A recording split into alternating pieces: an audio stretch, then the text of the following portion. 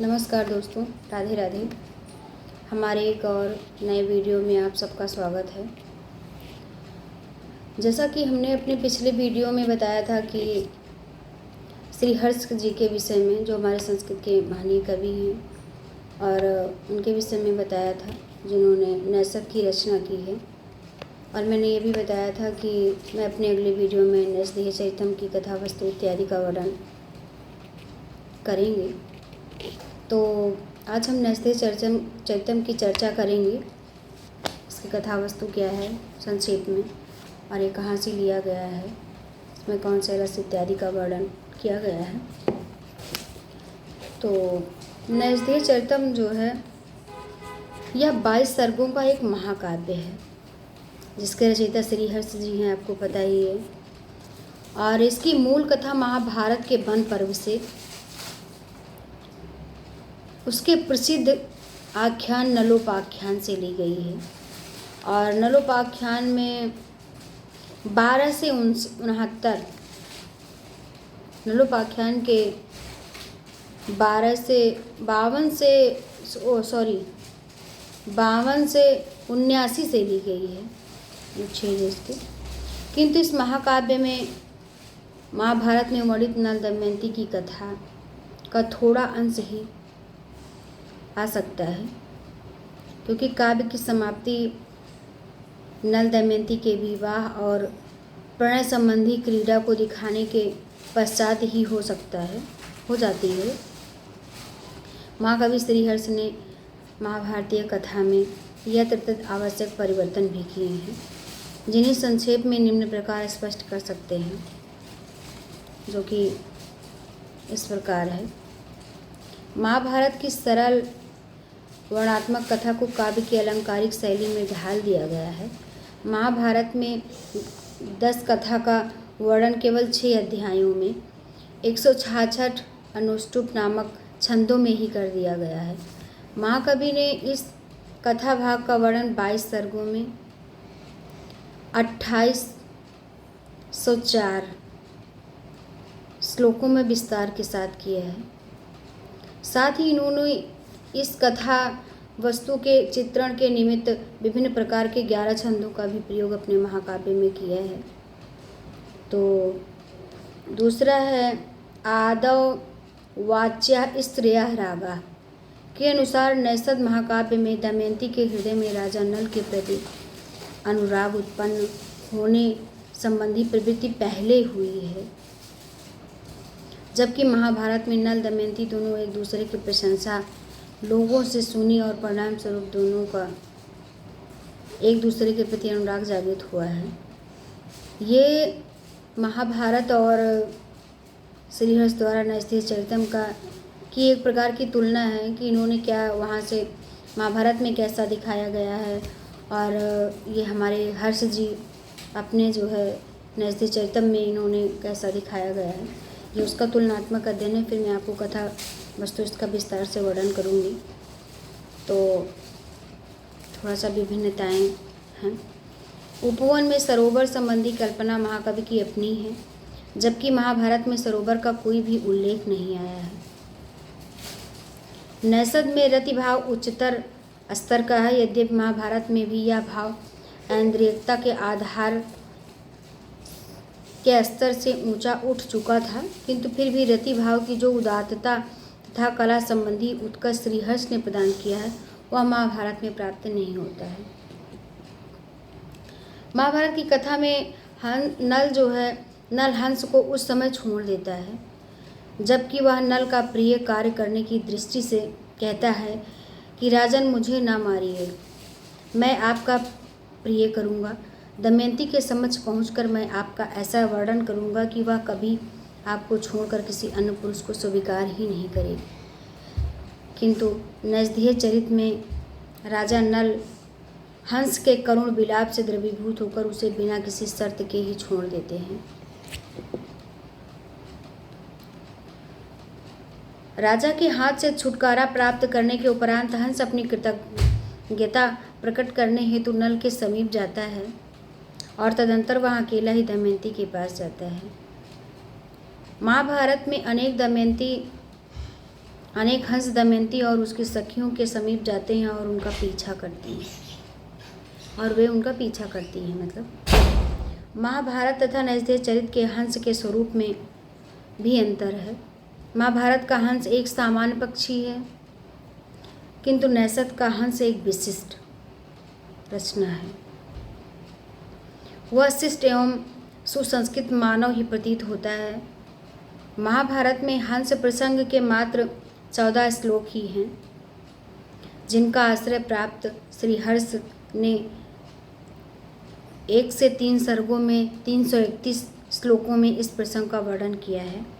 महाभारत में कलि का प्रवेश नल दमयंती के विवाह के अनंतर बहुत बाद में होता है, किंतु नैषध में उनके विवाह के तुरंत बाद ही कलि का प्रवेश करा दिया जाता है।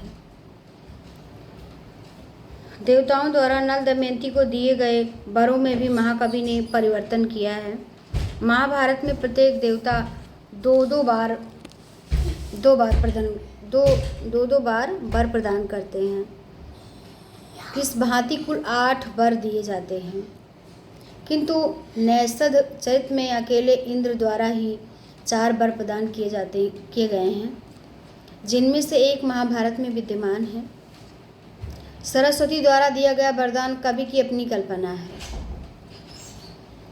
और नंबर 10 है, कवि द्वारा कई नवीन चरित्रों को भी महाकाव्य में प्रस्तुत किया गया है, जिसमें प्रमुख चरित्र सरस्वती का है, जो स्वयंवर में राजाओं का परिचय देने संबंधी कार्य करती हैं।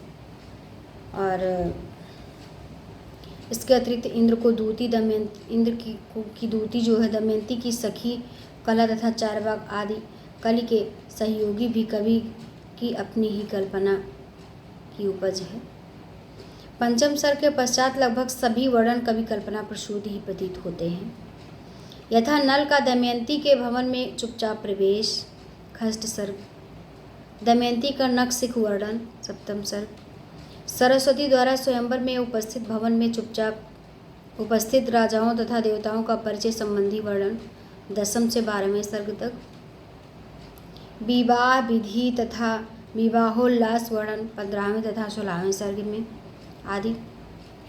नैषधेय महाकाव्य का एक आदर्श सफल महाकाव्य है। नैषधेय महाकाव्य जो है एक आदर्श कहा जाता है कि आदर्श सफल महाकाव्य है। इसमें महाकाव्य के सभी लक्षण तथा स्थान समाहित हैं। इस महाकाव्य की कथा वस्तु महाभारत के वन पर्व से ली गई है, जैसा कि मैंने बताया है, तथा 22 सर्गों में कथा निबद्ध किया गया है। इसके नायक नल धीरोदात्त नायक के सामान्य तथा विशिष्ट गुणों से युक्त सद्वंश क्षत्रिय हैं। इसमें अंगिरस श्रृंगार है, छंद का प्रयोग हुआ है, अन्य वीर करुण हास आदि सहायक रस भी हैं, जिनका प्रयोग अंग रूप में हुआ है। प्रत्येक सर्ग में प्रायः एक ही छंद का प्रयोग हुआ है। सर्ग के अंत में छंद परिवर्तन भी किया गया है। 12वें सर्ग में विभिन्न छंदों का प्रयोग हुआ है, जिसमें वंशज छंद का ही बाहुल्य है। प्रातःकाल, सायंकाल, रात्रि, चंद्रमा, विवाह, समुद्र, संभोग है। कथा वस्तु ऐतिहासिक है आदि का यथास्थान वर्णन किया गया है। मुख संधि, निर्वाह संधि आदि संधियों का निर्वाह सम्यक रूप से हुआ है। कथा वस्तु ऐतिहासिक है। दमयंती की प्राप्ति होना ही इसका फल है। चरित्र नायक की दृष्टि से इसका नैषध महाकाव्य नामक सार्थक है। इस प्रकार यह स्पष्ट हो जाता है कि इस महाकाव्य में प्राय सभी लक्षणों का सन्निवेश हुआ है। अब मैं आपको प्रथम सर्ग की कथा थोड़ा सा बताऊंगी। प्रथम सर्ग का कथा सार इस प्रकार है। सर्ग के प्रारंभ में निषद देश के राजा नल का चरित्र, विद्याभ्यास, धर्माचरण, प्रताप एवं उनकी दिनचर्या का विशद वर्णन विद्यमान किया गया। नल का सौंदर्य त्रैलोक्य में अनुपम था, जिनकी ख्याति सर्वत्र थी। विदर्भ देश के राजा भीम की पुत्री भी अनुपम सौंदर्यशालिनी थी।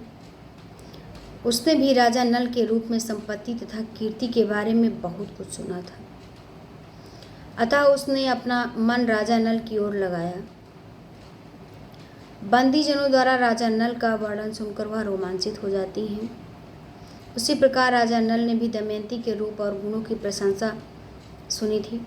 कामदेव ने राजा नल के धैर्य को नष्ट कर दिया, किंतु कामार्त होने पर भी राजा नल ने राजा भीम से दमयंती की याचना नहीं की। विवश होकर शांति प्राप्त करने की इच्छा से वे उपवन को गए। उस उपवन में एक सरोवर के किनारे सूरज क्लांत एवं एक ही चरण पर स्थित विश्राम करते हुए एक स्वर्णिम हंस को उन्होंने देखा और राजा नल ने उसे पकड़ लिया। हंस ने महती करुणा के साथ विलाप किया, यहाँ तक कि विलाप करते करते वह मूर्छित हो गया। यह देख नल की यशोधरा भी उमड़ पड़ी और वे अश्रु उस हंस के ऊपर गिरे।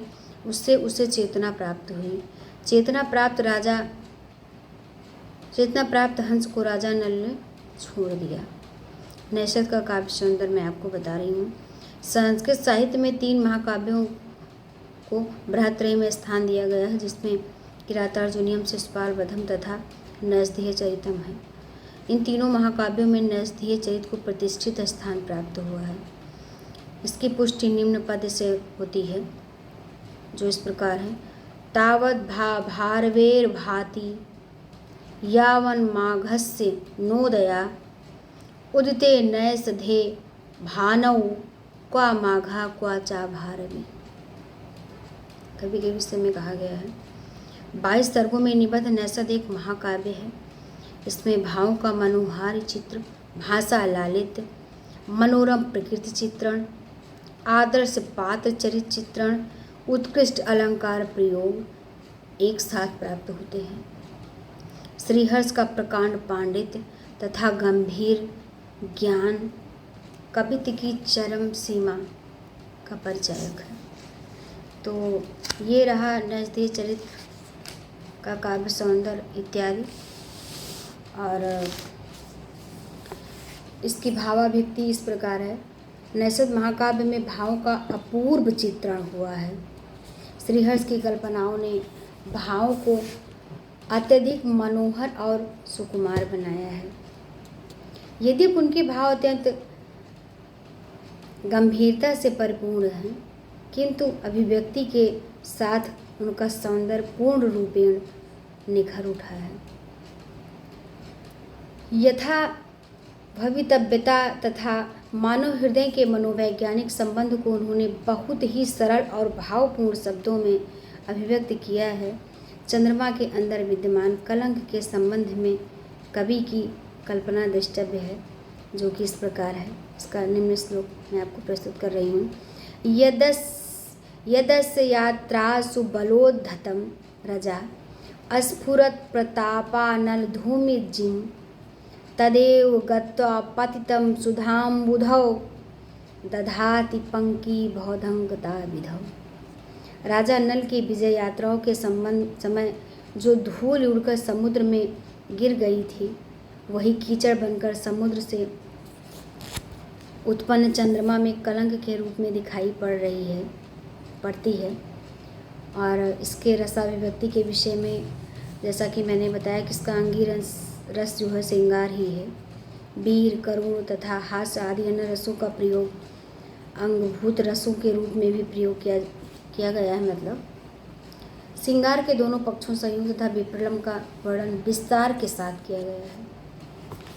इसमें जब राजा नल और दमयंती एक दूसरे के प्रति आकृष्ट होते हैं तब संयोग श्रृंगार, और जब बिछड़ जाते हैं से उनका वियोग हो जाता है, मिल नहीं पाते हैं इत्यादि इत्यादि, तो विक्रम से वियोग की विरह की उसमें जलते हैं।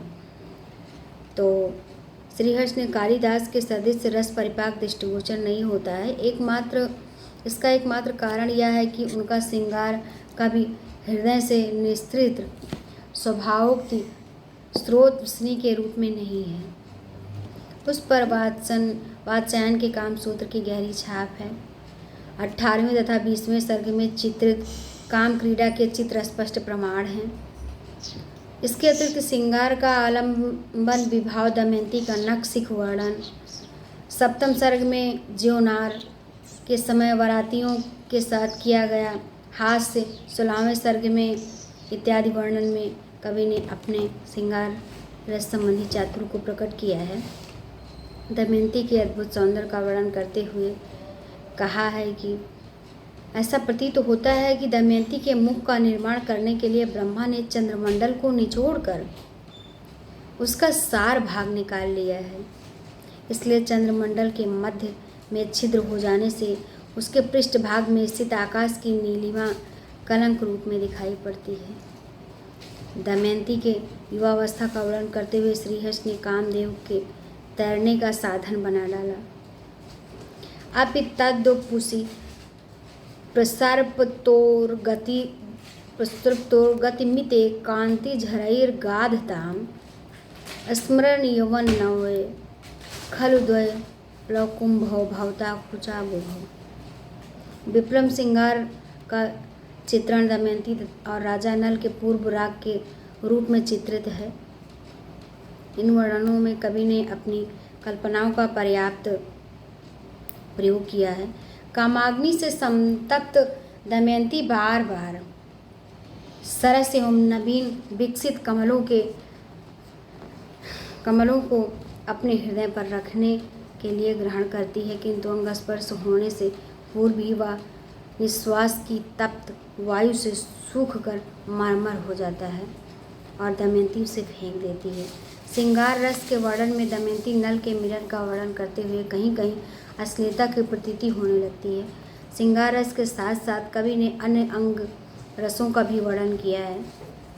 हास्य रस एक का एक उदाहरण, मुखे निधाय कम कम नलानुगैर थौझि पर्णालिर्वेक्ष विक्षुकम दमार्पितांत मुख वास्य निर्मितम भयाबिलई स्वभ्रम हासिता खिलई।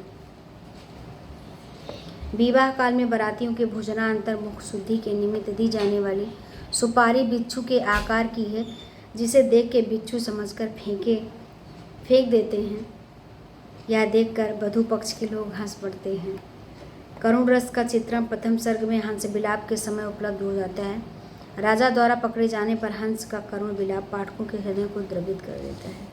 मदेक पुत्रा जननी जरासुता नौ प्रसूतिर्विटा तपस्विनी गति अस्तयोरेश जनस्तमर्दयन्नहो विधे त्वाम करुणारुणाधीनो। यह श्लोक आप लोगों ने और भी कहीं सुना होगा। वीर रस का भी इसी तरह वर्णन है। और अंततः हम आपको ये बताएंगे कि श्रीहर्ष जी ने अपने इस महाकाव्य में विभिन्न रसों का प्रयोग करके इतनी उत्कृष्ट रचना की है जो पाठकों के हृदय को आह्लादित कर देती है। और जैसा कि हम पहले भी बता चुके हैं कि हमारे संस्कृत साहित्य में ऐसे ऐसे महान कवि हुए हैं जिन्होंने अपनी रचनाओं रूपी रत्न को छोड़कर हमारे लिए बहुत बड़ी उपलब्धि प्रदान कर दी है, जिसको पढ़कर पाठक के हृदय में आनंद की लहरें उठने लगती हैं। तो आप लोगों को जब भी समय मिलेगा आप पढ़िएगा। हमने थोड़ा सा अपने शब्दों में इसका सारांश आपको बताया है। और अभी इसकी कथा वस्तु इसका तो मैंने अभी काव्य की दृष्टि से इसका मैंने वर्णन किया। कथा वस्तु तो मैंने अपने शब्दों में अभी नहीं व्यक्त किया है, लेकिन मैं अगले वीडियो में इसकी कथा वस्तु सामान्य बोलचाल की भाषा में आपको समझाने का प्रयास करूँगी। तब तक के लिए धन्यवाद।